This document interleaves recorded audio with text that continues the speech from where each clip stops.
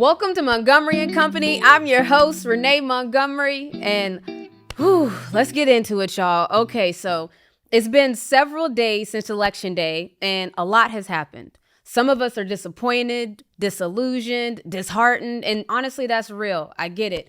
One thing about me, though, that I'm sure you guys always know is I'm going to find some hope to hold on to. Wherever it is, I'm going to find it. And what's helped me is hope throughout those, sports, y'all know, is tough. And so some of my toughest days in sports, I had to have optimism and hope. So listen, I'm not saying that you don't need to feel your sadness, anger, disappointment. Listen, I've seen Inside Out. I understand that we need all the range of emotions. I need to see Inside Out too. I heard it's a tearjerker, but I digress. I'm always going to be an athlete through and through. So after a loss, I wanted to check the tape. I wanted to go back and look and see what really happened. So I have some stats from this election, a breakdown of where we are. And in sports, we call these opportunities for growth, areas for growth, however you may have said it when you was an athlete. But that just means that when you see something that you wish was better, but this is actually your reality, that's where you see an opportunity for growth. For instance, if I'm a shooter in the WNBA, okay, if I'm a shooter, but my shooting percentage is bad this season, that's an opportunity for growth for me. I know that I can shoot the ball. I know that I can be better, but right now my stats aren't showing how good I could be. So for this past election, we really have some opportunities for growth, y'all, like real opportunities. For instance, 18 million less people voted in this election than last election. 18 million. Like, we were getting very excited about the 8 million new voters that just turned 18. We were thinking we were going to add it onto the amount that voted last election. But really, if you take the 18 million that didn't vote, you add the 8 million new voters, we still had 10 million less overall voters. Like, how does that happen? That is an area for growth. All right. So there's some other stats, too, that are areas for growth. I think that this election, too, there was a lot of finger pointing, and I get it because that's what happens on bad teams after a loss. After a loss, bad teams start pointing fingers and trying to make it about who didn't do what. Let's focus on the opportunity for growth. So the stats are broken down by sex, by race. So there's categories. There's white men. White men, 24% voted for VP Harris, 74% voted Trump. White women, 31% VP Harris, 69% Trump. Black men, 81% VP Harris, 16% Trump. Black women, 90% VP Harris, that's an A, 8% Trump. Then we got Latino men, 53% VP Harris, 45% Trump. We have Latino women, 59% VP Harris, 40% Trump. And then we had all other races. We had 42% VP Harris and 55% Trump. There's some real areas for growth, y'all. First of all, I'm glad you voted. So that's a step. But the areas for growth are getting more connected. Like there feels like there's some disconnect, maybe in the messaging, maybe in understanding the messaging, maybe in believing some misinformation. But I'll just call it an area of growth. So we should all, like I said, feel these range of emotions, whatever emotions you're feeling. You might be feeling happy. We should all feel the emotions that we're feeling and also help those feelings ignite us. Every presidential change comes with shifts in the country, shifts in the economy, and just the energy changes. So let's lock in and focus. Like for me right now, when these type of moments happen, I'm locked in, I'm focused. Now more than ever is the time to make sure we stay connected and stay focused. We got to build together. We got to network across until we all get to the top. Issa Rae has a real theory about networking across because a lot of times when we think about networking, you think, who can I get in contact with to get to this next level job? Sometimes it's building the project that you want with the people right next to you. It may not be the level that you want yet, but that's still networking across till you get to the top. So I'm creating my own project 2025, and it's going to be the goals I'm setting for next year. Deals will be signed. Connections will be made. I'm still going to be in these community streets. okay? Because I'm never going to let nothing stop the mission. And the mission for me is you can never lose your focus and you always have to keep moving forward. We got a lot of work to do, y'all, but that's exactly what I'm going to start doing. And please join me, okay? You know, we got to pick ourselves up and we got to get back up and we got to get back at it. So that brings me to my MVP of the week. It's been a long road. And my MVP of the week is going to be for journalists that covered this presidential cycle.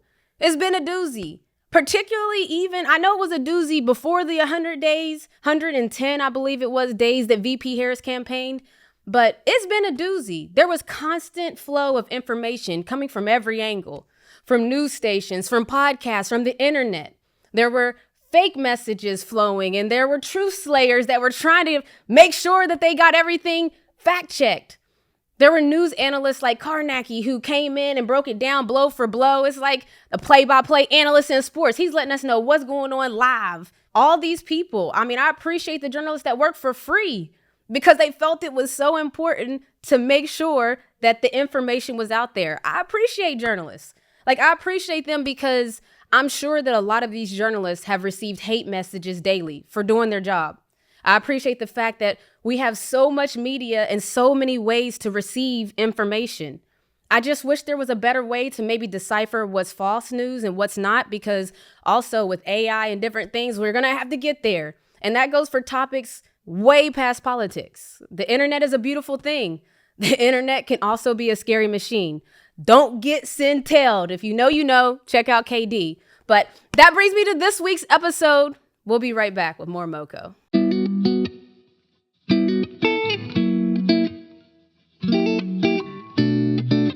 Welcome back to Montgomery and Company, and y'all know what time it is. It's time for Let's Talk ATL, where we talk about what's popping in ATL. So today I have AJC Senior Editor at UATL and James Beard Award-winning journalist Mike Jordan. Come on with it. Okay, yeah. Come on with it. And then I have journalist Don Montgomery, whose ears are constantly to the streets. What's up, fam? Let me give you a little bit too. What's up, fam? What's up, fam? How we feeling? Doing good. Thankful. Yes. I mean, today is 11/11. That means something. So I feel like today is going to be a good day. Yes. And since we have Mike Jordan here, I had some questions because the Michelin Guide is a big deal. It's like if you are in the restaurant business, it's like the MVPs of restaurant businesses, or the first team all restaurant is how I'll put it for sports, right? So the Michelin Guide recently stopped by ATL, and I have questions. Okay, so 4 more restaurants received a Michelin star. I'm getting all this information, by the way, from your article. Okay, so what's wrong is my fault. No, I'm just saying, I'm letting people know that my man's is exactly. You get it. That was the energy I was trying. Come on, article. Yes. So from Mike Jordan's article, there's 3 total listings in the guide, and that's the same as 2023. So those 3 were Bomb Biscuit, Busy Bee, and Twisted Soul Cookhouse. That's in right. Pours. Okay. That's right. So first of all, explain what the Michelin star, what does it judge? Is there like criteria, or is it like all-star where we all kind of just make our own kind of rule? So I've never met, to my knowledge, an inspector. They're called inspectors. So they're very anonymous. That's kind of what supposedly gives it so much, credibility, is that they really keep the secrecy. They take it very seriously. So, but they judge by a series. I think it's 5 things. Things like the quality of product, is again the level of service. But they put them out there. They put what they're judging out there. But these folks apparently do not live in Atlanta or in the places where they're judging. So they wanted to avoid bias and things like that. Okay. It's crazy think that part makes sense for a lot of people when they look at what happened. It's crazy you say that. So I watched Emily in Paris. I was getting ready to bring her up because, baby, the inspector on there, the lady who was acting like the inspector, girl, she was fake. Yes. And it ended up being a guy. Yes. Okay. We know this about Emily in Paris. Y'all know what Shout out happens. to Netflix. Because I'm telling you, TV really does help you know about topics. Yes. She had to be anonymous. So the reason they didn't know she was fake is because of what you just said. Right. They're anonymous anyway, so you wouldn't know she's lying or if she's telling the truth. Now, when you get a Michelin star, how long do you keep it? Or do every year you have to re-earn it? You have to earn it every year. Wow. So people lose them, and you can get up to 3, and there have been chefs who lost a star, who are at the 3 level, who have, taking drastic measures of like, their own lives. Oh so it's like, my it's seen as, it gets deep. Like, Baby, people, you get they mean 1 a lot. star, be grateful. Okay, Right. praise the Lord, saints. You did it. It's a great thing to be Ooh, recommended. you know. I mean, but people take the Wait. star level really, really, really seriously. So what star level did the ATL ones get? Like, do you remember what Bomb Biscuit got or the other ones? This is where, again, people are still figuring out how they do all of this stuff. Okay. What Bomb Biscuit got was a Bib Gourmand. And a Bib Gourmand Who is is... Bib? Yeah, Bib and Gourmand. Like, nobody in Atlanta last name Gourmand. But they I thought that was a basically... scent. It Gourmand? No? It sounds like something You you know wear. he's Like, opposite. Bib and you're a Gourmand or something. But the Bib Gourmand restaurants are like the community favorites. They're the ones that Okay. they I tend to get be more that. affordable. I like that. That's kind of Okay. what you find. Even though Michelin... So like Waffle House. Right, but Waffle House no. probably won't get it. They might not get it. No? You know. I For almost reasons gave you that a maybe Waffle confirm. House does not need a Michelin Understood. star. Okay, gotcha. But Gotcha. Oh but my it's goodness. it's like the Michelin stars, like there's the Bib Gourmand that's being recommended just being in the guide at all. That's Gotcha. honorable mention then. I'm Yeah, a you're just sports plain named. everything. There's first team, which is the Michelin star. how Then this there's goes. second team. So you're saying the Bib Gourmand is honorable mention. But it's for value. So think Okay, about it again, like okay. they are someone who's providing extreme value and they're Now a lot more I'm gonna have to affordable go price try this point. Bomb Biscuit now. Where is? I'm gonna have to find Yeah, it. so Bomb Biscuit, Highland Busy Avenue. Bee, Yep. and Busy Twisted Bee, of Soul. course. Yep. Yes. But they did not get a star. So that's what's important to understand. Busy Bee They need did a not get a star. Michelin star. Okay. So there are restaurants that have stars, and what's interesting is, again, you got 4 out of 9 that are sushi restaurants, that are omakase restaurants. Oh, yeah. And so that's like, pretty consistent. It seems like the Michelin judges like sushi. in Atlanta. But actually, I wasn't mad at it. You know why? Because our omakase restaurants really give Atlanta some, like,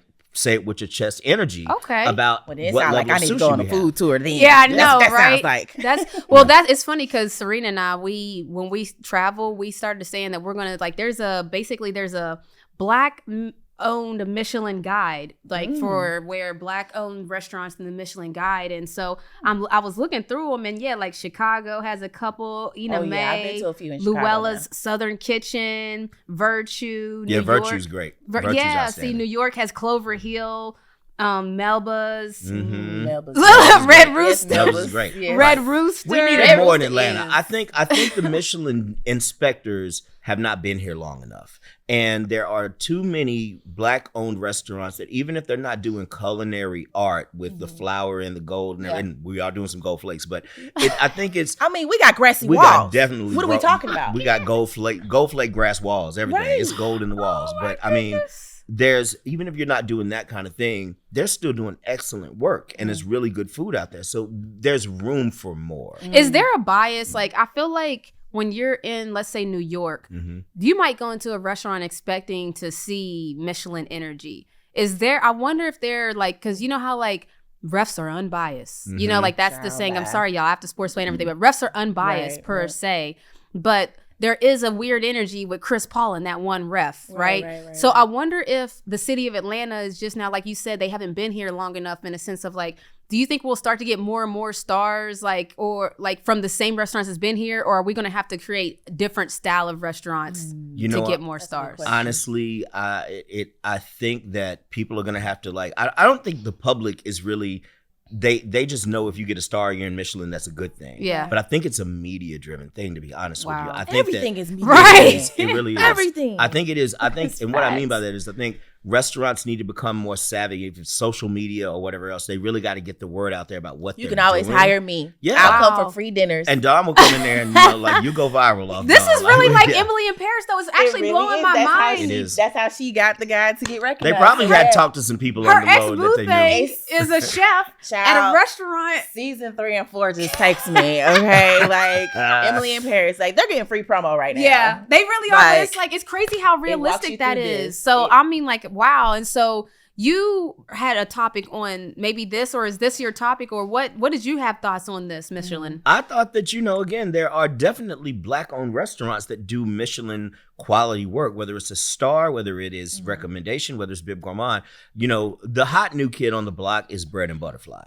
And that is in Inman Park. It's off of Elizabeth Avenue. It's right at the corner of Highland. And it's a French bistro.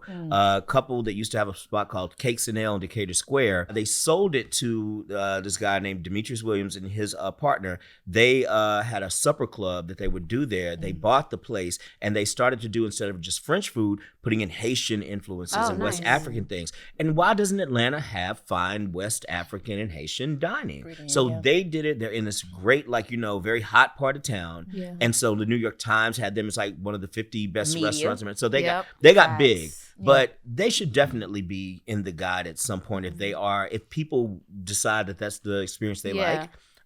Southern National does a great job. There are chefs here that are doing a really good job, and I think Atlanta also, we don't do ourselves any favors because we lean into brunch.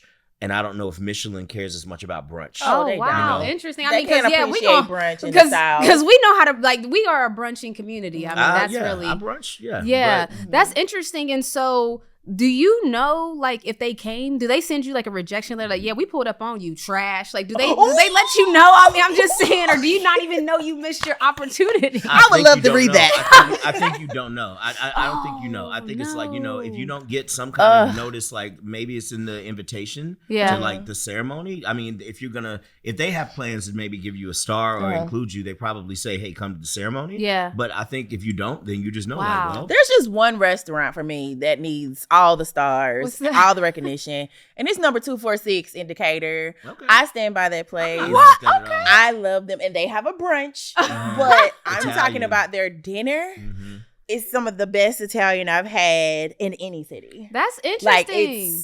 I put them up against everybody too. It's a lot of people, when you talk about number 246, people who know, and they be like, yes. But a lot of people don't know, and it's right on Decatur Square. But that goes kind of to what you say about the media part of it. I'd be curious, in the Michelin breakdown, I'm a stats person, everybody, analytics. How many restaurants are sushi? How many are Italian? How many are soul food?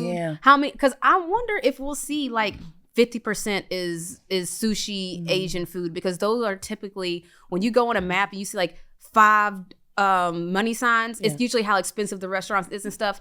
A lot of times that's your steakhouse, your sushi restaurants. I wonder what that breakdown is, because what are your chances, your percentages, if you're doing a style of food that's not in this certain window? Oh, I think seriously, that's what I think. The fact that we have 4 omakase sushi restaurants out of the 9 places that have a star, I'm wondering, are we about to see a whole lot more omakase restaurants opening up? And that's a chain? No, it's just basically you have Mujo, and Mujo is don't get it twisted. It's if you really do what they want you to do, what they put out on the menu is here's what we do well, you're going to spend $400 a person. Ooh, please take me on a date. But please. Somebody. I like that number. Oh my God. But I promise you this. I've been to Mujo. I had Mujo before they opened. I've had it there. It's you will remember the experience. See, and that's what I was fixing to say. It has to be about more so the experience versus just how pretty the plate looks in general. So what you got for us, Dawn? What you got? So just real quickly, I don't think a lot of people talked about this when this happened, but the Children's Healthcare of Atlanta, they did a big move from Eggleston over there by Emory University to the Arthur M. Blank hospital that's on North Druid Hills. And I just kind of wanted to make sure that I brought that to the fold, be a little PG-13 today, because I think it was amazing to actually see different type of health services, emergency services coming from all other counties. They had over 120 ambulances and police officers, sheriffs, where they blocked the road off. We were on the side of the road, people were pulling off the side of the road with signs, and I found some type of something in my backseat, a rag, just to kind of cheer the people on as they were driving by. But I think that that's one of the things where when we talk about health disparity and things like that in southern cities, especially Metro Atlanta, just knowing that one hospital is closing, but then there's another one to go to, right? And then actually seeing the transport and the importance of that. So I thought that was just amazing, because you just don't get that every day, you know? We need hospitals. We need them. We need the hospitals, yes. Especially. I actually just did a reading before they closed of My crayon is purple, the purple crayon. Mhm. You know what I'm talking about, Yep. right? Yep. Yeah, I just did a reading there at that hospital, and they were saying that they was getting ready to getting make ready that for the move. Shouts to Arthur. Yes, that's I huge. mean, And it's a beautiful hospital. Like, they have an outside basketball court, y'all. I'm like, okay, kids, get sick. Somebody, real quick. Excuse me, ma'am. Just real quick. Okay. And, like, be there for like a day or two. Come on, Chris. That's all we have for this week. And let's talk ATL law. Be sure to follow Dawn. Y'all just heard the woman. Y'all know where I'm at. Follow Dawn at _ Dawn Montgomery.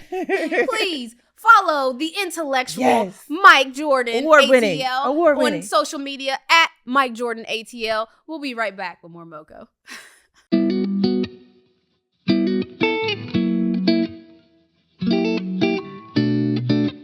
Welcome back to Moco. Listen, man, I'm already smiling because I'm excited. We have a friend of Moco here, a person on my personal team here. We have lawyer and entertainment lawyer extraordinaire Amy Oraefo joining us today.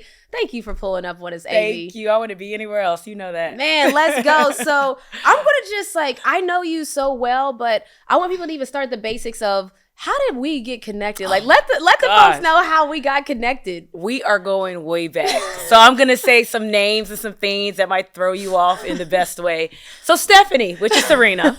I always love this story because she is such a gem. Anybody that knows her knows. So what I love is education empowerment. I'm telling you what you know because we but you got to tell it for them. We're going to tell everyone else. I love education and empowerment. So I became an entertainment attorney because I was a creative. I was a dancer. It's so funny when you're on the business side, people don't know. So I always love teaching other creatives. So I'm an adjunct professor at Kennesaw State University, and they have a phenomenal music business program, the Joel A. Katz music business program. And Stephanie was once one of my students. You all, small world, you never know. So she was a gem, light in the room, and we developed not only just a professional relationship, but a personal relationship. And you never know who's to your left or your right. As she continued to grow and excel, we stayed in touch. Yep. And then one day, she's like, I need you to meet somebody. And that somebody is you, Renee Montgomery. And here we are. So after just connecting with the two of you all, beautiful spirits, the rest, as they say, is history. I saw the visions and the dreams, ambitions, everything you had done, your activism, your work, your talent in WNBA, and most importantly, who you are as a person. So I was sold immediately. I believe our first call was supposed to be 30 minutes. I'm sure y'all, we were on hour and a half or so. So that's our story. That's crazy. That is our story. And that kind of even takes me to the next part where even just finding, so for me, a part of my team is finding people that I trust, finding people that I think are going to fight for us. So everybody knows that my documentary is coming out right now. If you don't know, it's coming out on Roku, October 16th. Check it out, everyone. A Radical Act is coming out. Shouts to the squad, Spring Hill, PNG, Story Form, Think Tank. Yes. But what they may not know is this young lady sitting right here is the one who negotiated the contract. Yes. Now, there was something that you kept on saying to me because I was excited. It was our first kind of big contract for Sirena and I for Think Tank. And I was like, Amy, don't ask too much. I know. I was like, Amy, don't scare them away. And what did you keep telling us? I kept saying, know your value. Yeah. And I was like, as deep as we are in the trenches, and you all remember this negotiation went on for months, remember? Months and months. And I kept saying, they want you. And if this is not the one, I promise you the next one's around the corner. And guess what? This turned out very well, right? Yeah. So it's knowing your value, always telling creatives and not sounding like a cliche. It's the truth, y'all. I've seen it enough. And it's something you got to remind yourself. You are special. You're a powerhouse. And if they don't know, somebody else will. And I'm confident in the people and the brands I work with. And they clearly were smart enough to know, right? Well, it's crazy because at that time, we were sitting in a wild situation. Yeah. We had people like Universal that was trying to holler at us. Y'all's an all-out bidding war, by the way. Yes, we had a bidding war, and that was crazy. Even for me, as coming from the WNBA, there's not usually a bidding war for anything for any of us in that sense. Now times have changed, and you kept on talking about knowing your value, but have you ever had companies you push too much and then they gone? Like what happens? What happens when you push them too far? Renee, we keep it real. It has happened, but it's rare. Uh-huh. But if they did, then you have to question the motive anyway. And I know it sounds like, oh, she's saying that as an entertainment lawyer. Like, yeah, people are real. They're like, you gonna give me this check for X amount of money? Mm-hmm. No. But what I'm gonna be honest about value, I promise you, like, if you don't know it in the beginning, you won't know it in the end. And that's what I work with the creatives. Like, I knew how dope you and Sirena are. Like, I know it. And look, the world is seeing it. So a lot of it is having your foundation, your team who's going to pour into you, especially in those critical times. Because it did get tough. There were sometimes we started conversations, we stopped, we talked to various people on the Spring Hill team. By the way, they were phenomenal. Yeah, Let's shouts just say to the that. team. Like, they were a really phenomenal group of people. But we got to the finish line. Yeah. And I have to be aligned with people who, even if you don't always have to know your full value, you have an idea. Like, and you're not in scarcity mode. That's very important. Yeah, Because I like if you put me to the front line to protect you and somebody else can sway you, we're not aligned. And we're not aligned, and you know the bridge can crumble and collapse. So I always tell people, it's like, we would come back and have our huddles, remember? Yeah, we had a lot of huddles. We had our 30-second time out. I was like, I need a 30. I might need a full. We would have our huddles, and I was like, hey, let me take this on the email chain, or let's get on a conference call. Yeah. Because everybody that spends 5 minutes with either one of you all, you shine in any capacity, but you connect so well with people. So what may not translate in an email when we hopped on a Zoom, correct? Right? Yes, no, definitely. Then it showed up, and we created a collaborative deal, I would like to think. Right? I mean, this was like a first time they've done a Yeah. deal type. Yeah. Like, if we can't, like, it's crazy, y'all, because like this deal that we did with my documentary, Yeah. it's kind of unheard of. What you and the team, Sirena, like, it's kind of unheard of. Yeah. What kind of deal we got. I'm going to leave it behind on the paper. But are you happy? I'm very Okay. I'm very happy, Amy. I'm very happy, Amy.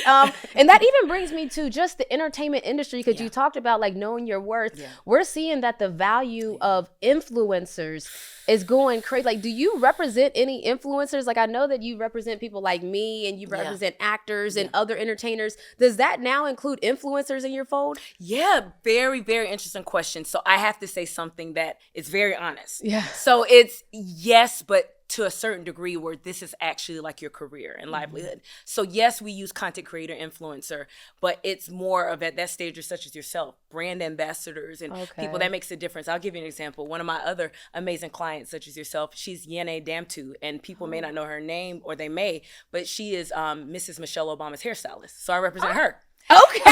So she's a proper, Yeah. brand.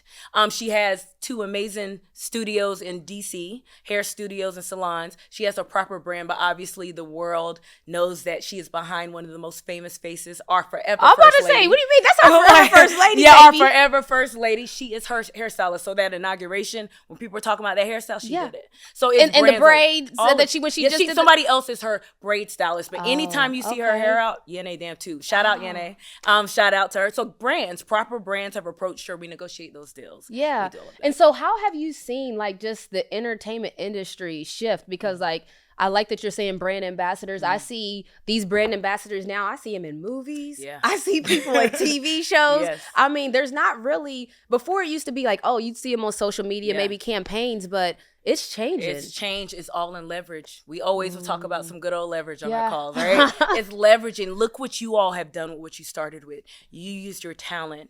I have to keep going back to this because you're special. Like, you have to know your gifts and your God-given gifts. Like, God gave you the gift to be a hell of a basketball player, right? Then you're an activist, you're a kind human being. Like, so that is natural as it transcended and translated to these other silos of income and different things you're creating, right? Like a podcast, a radio show. Like, there's no coincidence in this. It's like so many people try to stretch themselves thin. We all do. I'm guilty of the same thing. We all need a little self-care. Like, we need to take do. a little- But it's a matter of like honing into almost what feels natural to you. Like, you look at how we're talking. Like, we're talking, like, we do this whether a camera is on or off. Facts. Connecting like that, and then like letting your gift make room for you. So many people are just, I get it, we all need to make money, but they're like, let me do this, and this 10 things, and they're good at maybe 2. Focus on those 2 at first. Oh, I like that.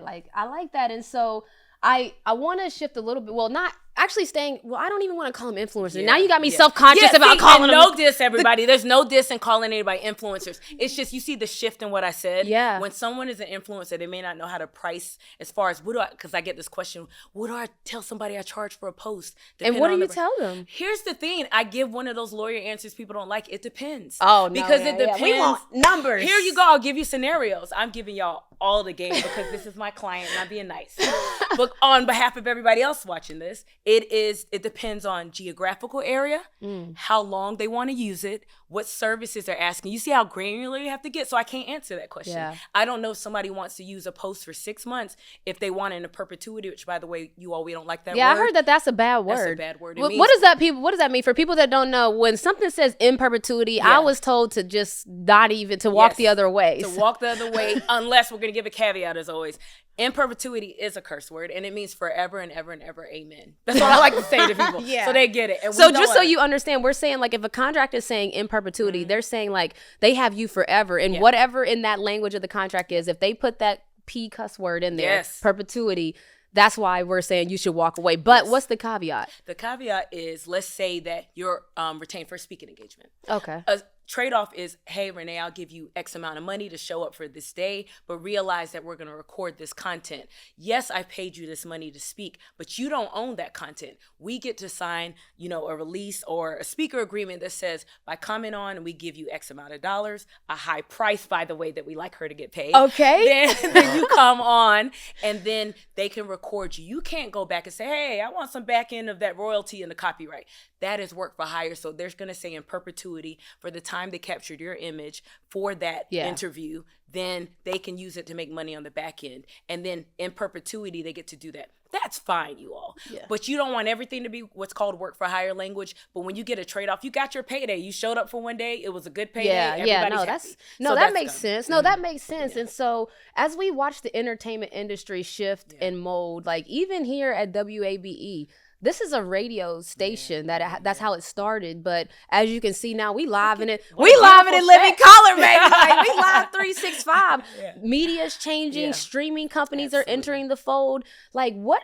I have a question that you might not know, but I want to know. I used to get 22 episodes in a season of a show. Like if my favorite show was coming out, I would be like, back in the day, it would be 22 episodes. Now we're happy to get 10. Serena's going off if there's only 8. And if there's 6, is these limited series. Like what caused this shift in the entertainment industry? I would say, just think about like, we are consuming so much content. Yes. Like, I want more. We want more, but sometimes it's like, it could be a culmination of things. It could be budgets for that particular project. Yeah, sure. It's hard unless you know an exact project. Guess what? We're off a writer's strike that people had, right? Yeah. So it's a lot of things. It's network budgets. It's, our attention span. I'll be honest. Like, think about it. But you don't think if they gave us, like, I'm going to just use, like, let's say Insecure. Yeah. Oh, I love this show. This is my baby. Yeah, it's my show. Like, if Insecure gave me 22 episodes, the next season, I want 22 more. Abbott Elementary, I'm looking at you, too. If they gave me 22,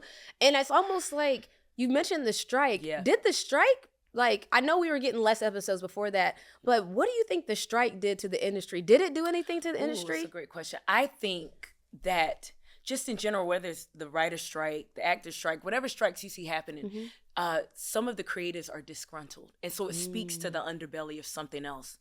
What do we go back to how we started? Value. Yeah. People don't feel valued.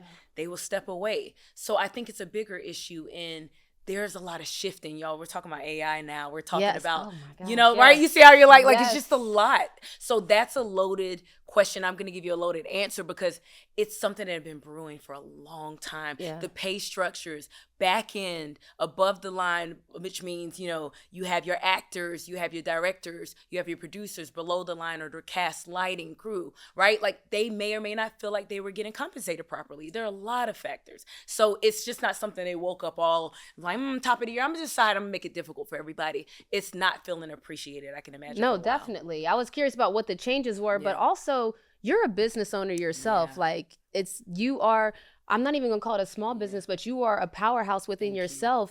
And so we talk a lot about like just the C-suite of it all, like, and the multiple hats. So how many hats do you wear in your company? You see my eyes closing? How many hats are you wearing in your company right now? Okay, so the key is delegation, but still any given day, you have to know every part of your company. So it could be in one day, 5.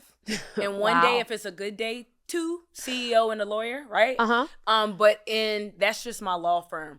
I started a new platform called Creative Passport. I know we're going to talk more about that. Come on, like, yes. Passion. Creative Passport is a company for emerging creatives, because I like to say, you all not being elitist. I am just, you have to, in the spirit of managing your time, I was growing with brands such as yours that as much as I want to work with the newer and emerging creatives, it takes a certain set of skills and dedication that day to day, I just could no longer wholly give to the average newer artist. So you just didn't have time for them? Yeah. Okay. Well, look. I'm just saying, when this is clipped up, then I don't want to be like, this girl thinks she's too good for everybody. Listen, know your value. This is what we're saying. But it's in the spirit of, you see how difficult, I even had to struggle with that, having a transparent moment. It's like, because I'm somebody that wants everybody to feel seen and heard. Y'all, I'm telling you what you know about me. So it's feeling like an underdog. I never like anybody to be excluded. Yeah. But in reality, as you're growing, you have growing pains. You got to realize what market, what's your ideal client base, what's your niche. That's why I was able to like work and identify with you and Stephanie and like people that are magnificent, like you all who have the vision and are on the train. The train's moving, and we just need to continue to accelerate and keep it going. That was my sweet spot for the boutique law firm I had. So I was like, I still want to service these emerging creatives that need help, that don't have a manager, don't have any idea of what intellectual property is, right? Explaining copyrights, trademarks, patents, trade secrets, don't have a lawyer. So that has literally become a labor of love and a platform I'm building. And because of we often know this, you always tease me about what country are you in, right? Yes. Travel is one of, it's not a love language. Side note, yes, I'm glad that she is right here in America, because on any given Sunday, we can hit up Amy like, Amy, oh, you good to go grab some ginger ale? And she'd be like, oh, sorry, I'm in Africa. And I'll be like, what? Oh, sorry, I'm in. Like, it's not like, oh, sorry, I'm out of the state. Why are you never here, Amy? Because of what I can't preach something to you all and not live it. You got to find your happy place. Travel's my happy place. So I am child of an immigrant. I'm first generation American. I'm Nigerian. Wow. So I didn't grow up back in Nigeria. So as an adult, it was important for me to take the skill sets that God has exposed me to and blessed me with here in the States and take it back home, because I have a calling, like, and a duty to do that. So I started doing that 10 years ago. Imagine, Renee, I would tell people in Atlanta about Afro beats and nobody would listen to me. And here we are. What? Oh, yeah. Because now, you ain't have to, what's understood ain't got to be explained. Like, Afro beats is on, baby. And to that point, didn't you work with NBA Africa at a certain point? Tell me about that. So I actually, there have been a lot of interesting relationships. So thank you. You're actually speaking something to existence. By the way, NBA Africa, if you hear this, let's collaborate. Okay. My client is saying this, and she happens to co-own a WNBA team. I'm just saying.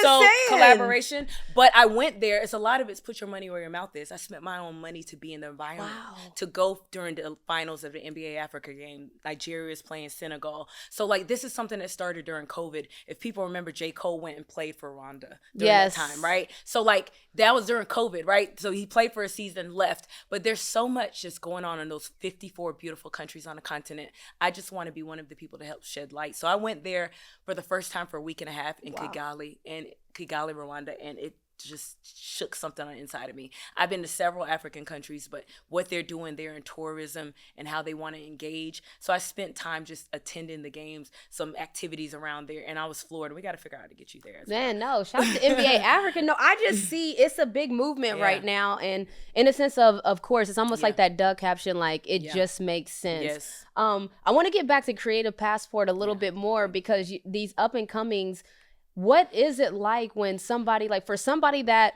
they starting to gain a little bit of traction online, they're starting to build up their NIL, their brand awareness. What like would you give them as advice for those next steps? Like, I know that some people are going to be, and you guys, if you are Creative Passport, check it out. My girl. Check it out. What would you give people that are like, man, I feel like I could be a brand ambassador. I feel like I'm influencer. I'm influencing. Yeah. What's the next steps after that? I'm going to give them some very unpopular advice. Uh-oh. Like, you see how I'm landing I like it. I was smiling, then I got serious. It's because as much as I want everybody to be like this, they're not. It's not impossible, you all. It's just a matter of, are you going to be consistent? Think about everything you've done.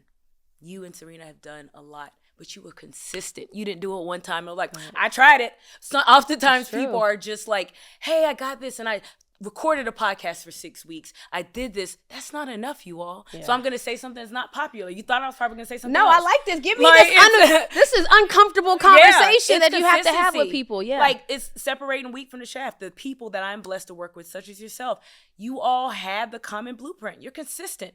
Oh, actually, it's a couple of things. You're consistent and you're visionaries, right? And you know to put the right people around you, because you can't become a bottleneck to your business. We're all guilty of that. You try to touch, we were teasing, but saying in truth and just, yes, I could wear 5 hats sometimes, and then I wear 2, but I've had to start expanding my team. Yeah, definitely. Like I have somebody that helps me with social media and marketing. I have another attorney on my team. Okay. I have an assistant. Like, you know, these are all things you all see me grow with, right? But you have to, because you can no longer do everything by yourself, because your brand can't scale that way with just you. So a lot of it is, are you going to be consistent at honing your craft, that thing that people look at you to do? Yeah, no, that's such good. yeah. So I'm going to keep on going, and I want you to keep giving me unpopular truths is what I'm going to call them. Unpopular truths. Like, when you say you're a boutique agency, how do you know when it's time to add more people? Because some people might be like, look, I'm barely scraping by. I know I need a social media marketer. I know I need this person. I can't really afford it. Like, how did you know when it was time to add more people into your team? That is a great question. I would say it's very uncomfortable, even what I just said as far as consistency. It's a question. Do you want the business to grow or not? It's really black and white. Yeah, no, that's like, you see how real, no, I want to hear what you're going to say, because we're entrepreneurs. You get to a point when you are burning the candle at both ends. Now, you all do not get it twisted. As you grow and scale, you still work like crazy, but it's a different type of energy, right? But you are like, I am doing everything and I'm still not growing. It gets to the point when you stop growing and you'll know it. Wow. It will know it because you can't answer the calls as quickly, or you can't do the matter. In my instance as an attorney, was I able to get the work? Like I hope, and I like to think when we said matters would get done, it got done, right? Oh yeah, we got stuff done. We got it done. Yeah. But when it gets to the point that things are slipping through the cracks, it's a problem. It's your brand. Yeah. Right? And again, it's about consistency. Are you the person that's going to get it to the finish line no matter what you do? When that starts being trouble, it's an issue. You make a good point, because this is actually going to be a real life thing. So our videographer, Justin Miller, it was interesting because I didn't have a full-time videographer on our team yet, but we knew that we were going a lot of places that were just like shocking. Shocking in the sense of like last night I had dinner with Jason Sudeikis type shocking, and just was at New York Fashion Week with Alexander Wang. Look, you see me, and I was like, I know, but you weren't documenting this before, exactly. Right? Like, and so when it's like, you know how people, it's like the internet, if they didn't see it, it didn't happen. Like if you don't have the video of it, it didn't happen. And so it came to the point where even hiring on, it was like, do we have the budget to hire on a whole nother human? For you running a company, you know what that feels like when you add another person to your team. That's another mouth you're feeding. But then I had that feeling of like, it's almost the risk reward. It's like, okay, it might be tight now, but is it worth it? We have seen the growth. So I do like your answer on that. And then just for you, I want to just ask, like, you're already doing so much. You have so many like headliner clients. Now you have Creative Passport where you're onboarding up and coming. Like what? Pray for me, Lord. Okay, like, I'm just, like what's exciting for you? Like what at this point, like what's exciting for you? And do you want to stay boutique? Do you ever want to go to where you're big box now and you have all these people working under you and you are still working hard because the CEO will, but don't have to be doing as much hands-on? Like, what is that next step? I love that. So I am going to always say something that's important. I remain open. I have preferences. I'm going to lead with my preferences. Because the minute you say, I'll never do this, 3 years later, somebody's going to roll this tape back and be like, I thought she said she's going to do it right. Like, that's how You're such a lawyer. It's so good. Right? So I always have that caveat because I know how this world works. They're going to be like, run that tape back. She said this in 2024. But I'm saying that to say my desire has never been to be a large firm. And you know what? I'm going to say something very honest and raw. My mother, I'm the youngest of 5 kids, you all know this, like y'all are very family oriented people, and so am I. That's another thing and reason I'm drawn to people such as yourself.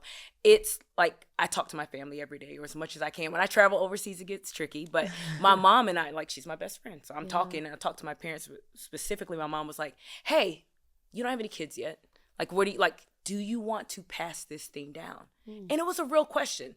And she wasn't putting pressure. It's like, you got to figure out. So that unlocked something in me. It's like, no, I don't necessarily want to pass this law firm down. Wow. I can, but you know why I don't, Renee? Because I don't want to pressure my future child to be a lawyer. In order to own the law firm and to run it and do that, you have to go to law school to be a lawyer. They may or may not want to do that. So that unlocked something in me. I could pass something else down, a creative passport I'm building. That's with emerging creatives. They just need to be good in business and have a love and passion for creatives. Or, Lord willing, I continue to build other businesses and be attached to that. So when that came, it's like, I love every bit of what I do. I love working market with the people I work with, but I want to work with who I want to work with. That's why I wanted to remain boutique. And I want you all to choose me as well. So I will never say never, but the way I have it in my design is I like to keep it boutique so that I have the real authentic relationships like I have with my clients like you. Wow, that's fire. And that's interesting too, because when people talk about a family business, Yeah.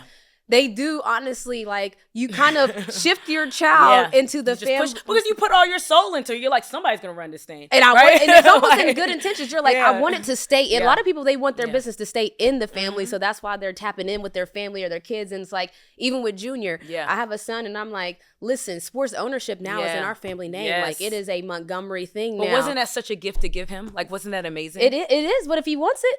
Yeah, but you gave him an option. Yes, so you see what I'm saying? Yeah, that's right? but because he wants to be in shouts. I'm gonna shout out my baby. He wants to be a chief marketing officer of like an entire sports league. Wow. So there is a lane there, and it's still there. But that is a point where it's like, as parents, you're thinking of the kids, and you want the best for them, but you don't want to pressure them. Yeah. You just made me think of something that some people do that you do a lot, but I wonder if people are afraid of it. You travel dolo, solo. All the time. Like, for me, it's like, I can see, like, I'm kind of I lived overseas for 6 months at a time, basketball. Everybody knows that's what we did. So I feel like that's in my lane. But some people might wonder, what in the world is that like? They still think, a lot of people still think I'm crazy to this day. I've been doing it for like 8 years, y'all. People still think I'm crazy. But a lot of it is, you have to do things out of your comfort zone, Renee.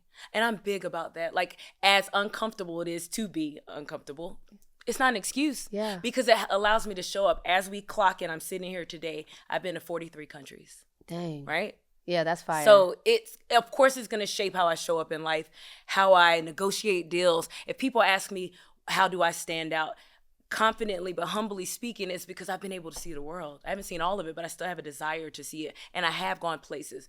I have worked 2 weeks from Nairobi, Kenya. I'm giving y'all real facts. I've gone to Singapore and worked. I have been in Thailand. I spent 4 months out of the year, as you well know, in Nigeria, because it's doing two things for me personally.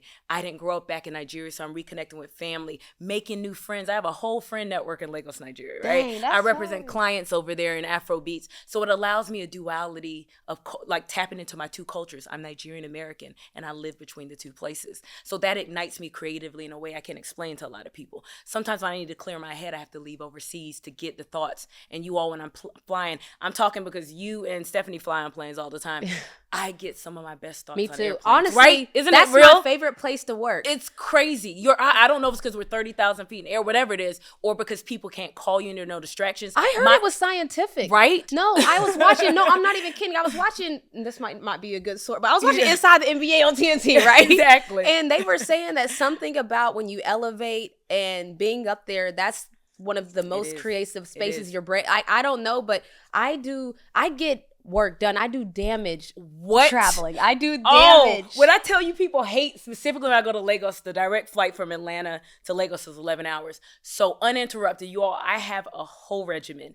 I eat dinner, they get you settled on the plane, you eat dinner. So I give about an hour and a half. Damage. Oh, the email is firing off. People are like, oh, she has a second now. Bam. And my productivity levels are insane.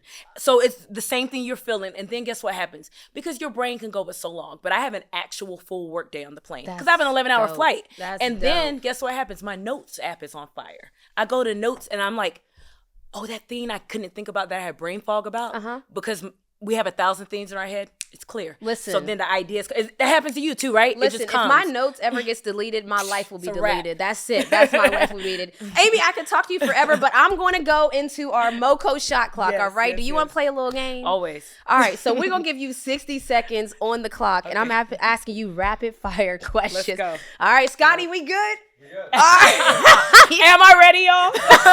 Every time I ask is Scotty ready, though, everybody starts like, oh, this is real. All right, ready? First thing, a sport you can play really well. Basketball. A sport you are really bad at. I don't know, a few things. Y'all used to be a top boy, so I played soccer, I ran track. I would say swimming. Okay, yeah. If you could have one sports superpower, what would it be? I would be able to know who won the game, so I could bet on that. Oh, snap! Clairvoyant out here.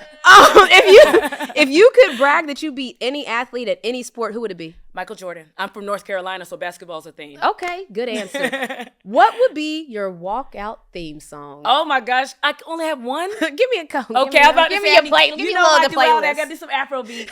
It could be, it would be No Stress by Wizkid. Oh. Yeah, because it's smooth, but it's like, it's a bop, right? Okay. Then it's 85 to Africa by Jadena, because it's a Ooh, bop. yes. And then I need some Michael Jackson, because he's my favorite artist of all time. We can get, oh my gosh, I need everything. It could be Thriller. It could be anything Michael Jackson. Can I just have all of it? Okay, you take all of the things. All of Michael Jackson. Man, yes, you made the time.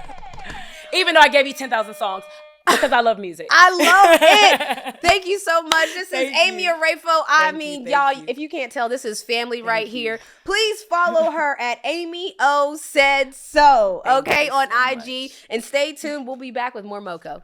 Thank you. Oh, so fun. Go.